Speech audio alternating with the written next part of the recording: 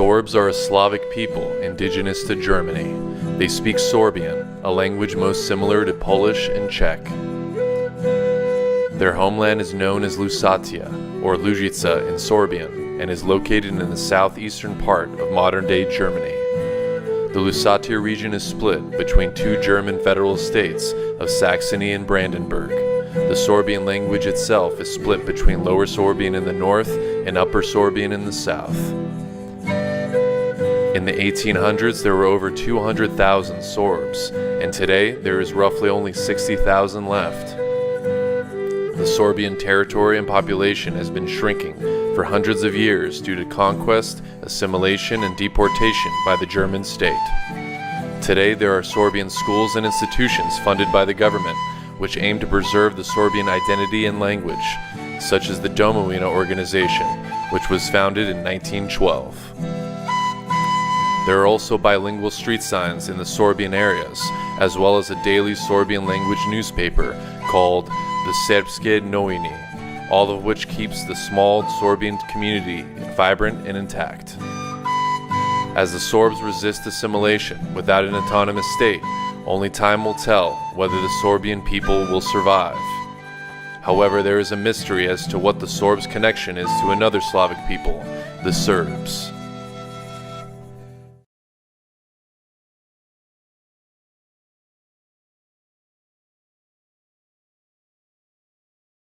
The origin of the Sorbs is shrouded in mystery.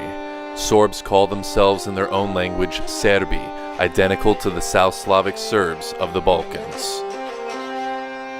It is believed the Sorbs arrived from the east in the 4th century AD with other Slavic tribes, settling on the Elbe River in modern-day East Germany.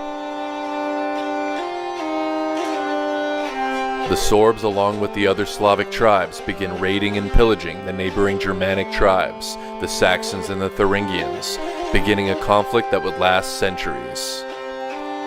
The first ruler of the Sorbs is recorded to be Dervan in 631 AD, with his state encompassing much of modern-day Lusatia. In battle with the Franks, Dervan joins Samo's Slavic Union with Sorbia as a principality. In this time, it is recorded by the Byzantine Emperor Constantine Porphyrogenitus that a group of Sorbs, led by one of Dervan's sons, migrates south to the Balkans.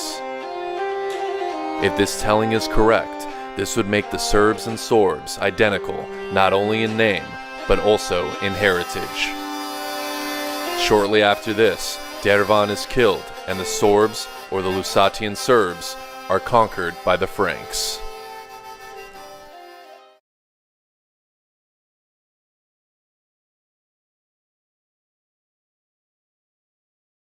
The Sorbs are subjugated under the Frankish Empire for roughly 100 years, until the Sorbian tribes are united under Prince Miliduch, who starts an uprising in 782 against the Franks and Charlemagne. The Sorbs, along with the other Slavic tribes, battle Charlemagne for 7 years, until 789, when Charlemagne and the Franks defeat the Slavic forces on the Elbe River, capturing the leader of the Veleti tribe, Dragovit. The Sorbs continue fighting, however, and Charlemagne's son, Charles the Younger, starts a campaign in 805, invading Sorbian territory and winning many battles, and the next year Prince Miliduch is defeated, being killed on the Sal River. Sorbian folklore states that Miliduch did not die, but is in fact sleeping in a cave near the town Gorlitz, and will awaken when it is time for Lusatia to be liberated again. After the defeat of Miliduch, the Franks established the Sorbian March, a military buffer zone created to battle the rebellious Sorbs and stop Sorbian raids into Frankish territory. In 816, the Sorbs make an uneasy peace with the Franks, promising to pay tribute. The Sorbs at this time are recorded to have 50 counties. The uneasy peace continues for 10 years until 826, when at a banquet, the Sorb delegates are accused of treason, and the Sorbian prince is forced to leave his son hostage. Soon after, the Sorbian prince Chimislav declares war on the Frankish Empire and begins raids on the Germans.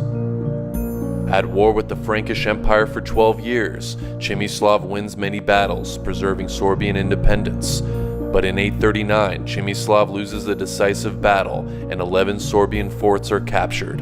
In 840, Przemysław is defeated at Kasigisburg and killed, ending the war and making the Sorbs vassals of the Franks once again. In 919, Henry the Fowler is made king of East Francia, and as a strict ruler, abolishes Sorbian autonomy, causing a string of Sorbian uprisings which culminate in the massacre of 30 Sorbian chieftains in 939.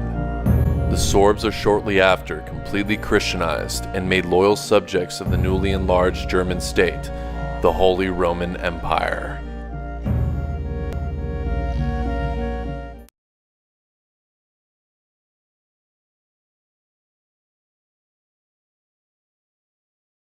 Under the Germans and the Holy Roman Empire, the Sorbs are reduced to serfdom, living in isolation and poverty in their villages of Lusatia. The Sorbs, or as the Germans called them, Wends, were not allowed to hold government positions, own land, or become merchants, keeping them powerless. By the 1200s, German colonization begins in Lusatia, and the native Sorbs are pushed deeper into the marshes. Cities with Sorbian names are Germanized, thus making Budyšin, Bautzin, and Žitava, Zitao. In 1327, the Sorbian language is prohibited by law in court and administrative affairs, starting the Germanization of the Sorbs. It is around this time the original Sorbian men's costume dies out, with only the female costume to survive to this day. In 1347, the Lusatia League is formed, an alliance of 6 Sorb majority cities with the aim to protect the area from brigands. The League has political autonomy and begins the split between Upper and Lower Sorbian. Martin Luther's Protestant Reformation in 1517 causes a cultural revival amongst the Sorbs, and many Sorbs convert to Protestantism. Pastor Miklausz Jakubica translates the Bible into Lower Sorbian, making it the first written document in the Sorbian language.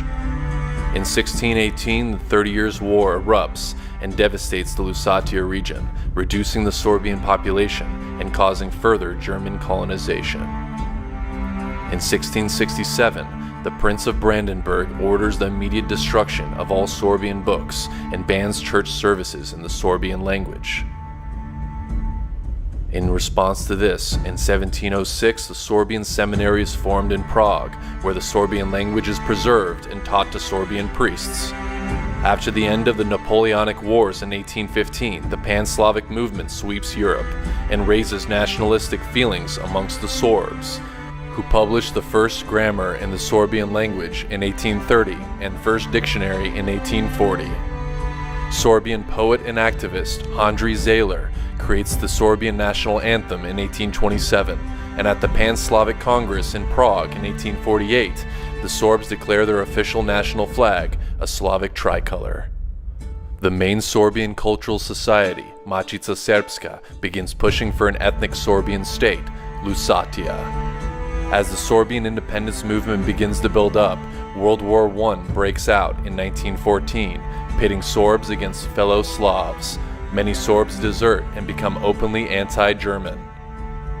At the end of the war in 1918, Sorbian leaders send a delegation to Berlin to negotiate the peaceful secession of Lusatia from Germany. Rejected by the German government, the Sorbian delegation travels to the Paris Peace Conference to seek recognition, but their appeals are ignored and forced to surrender to invading German troops. In 1933, the Nazis take power in Germany and ban the Sorbian language and Sorbian institutions, sending Sorbian leaders to concentration camps. In 1945, after the end of the Second World War, Lusatia is incorporated into the Soviet Union as part of East Germany. Sorbs protest for a Sorbian entity, but their requests are ignored by the Soviets. The Communists, however, grant Sorbs schools in the Sorbian language and reopen Sorbian organizations like the Domovina, helping the Sorbs resist the Germanization that is shrinking the already small community. Although the GDR pushes to promote Sorbian culture, the industrialization of the Soviet state devastates the Sorbian community, demolishing entire Sorbian villages to build coal mines and factories. Following the reunification of Germany in 1990, the Sorbs pushed to create one autonomous administrative unit but are denied. Facing discrimination from newly settled Germans, the German state in 1997 passes a law making the Sorbs a protected minority. Despite state funding, being divided between two federal states, two standardized languages, and two religions keeps the Sorbian population shrinking, and only unity can save the Sorbs.